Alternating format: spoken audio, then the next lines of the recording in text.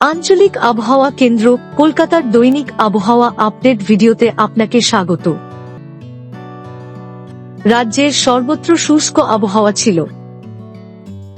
দক্ষিণবঙ্গের সর্বনিম্ন তাপমাত্রা ছিল শ্রীনিকেতনে 9.8 ডিগ্রি সেলসিয়াস, উত্তরবঙ্গের সমতল অঞ্চলে আলিপুরদুয়ারে সর্বনিম্ন তাপমাত্রা ছিল 11.0 ডিগ্রি সেলসিয়াস, পাহাড়ি অঞ্চলে দার্জিলিংতে সর্বনিম্ন তাপমাত্রা ছিল 5.0 ডিগ্রি সেলসিয়াস, কলকাতা, আলিপুর এর ন্যূনতম তাপমাত্রা ছিল 15.2 ডিগ্রি সেলসিয়াস।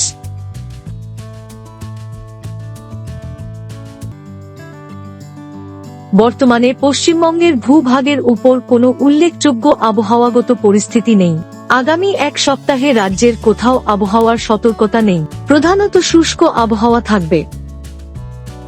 পশ্চিমবঙ্গের সর্বত্র আগামী 7 দিনে ন্যূনতম তাপমাত্রায় উল্লেখযোগ্য পরিবর্তনের সম্ভাবনা নেই। আগামী 2 দিনে উত্তরবঙ্গের জেলাগুলিতে সকালবেলায় হালকা থেকে মাঝারি কুয়াশার সম্ভাবনা রয়েছে। আবহাওয়া সম্পর্কিত আরও আপডেটের জন্য আমাদের অফিসিয়াল ওয়েবসাইটটি অনুসরণ করুন।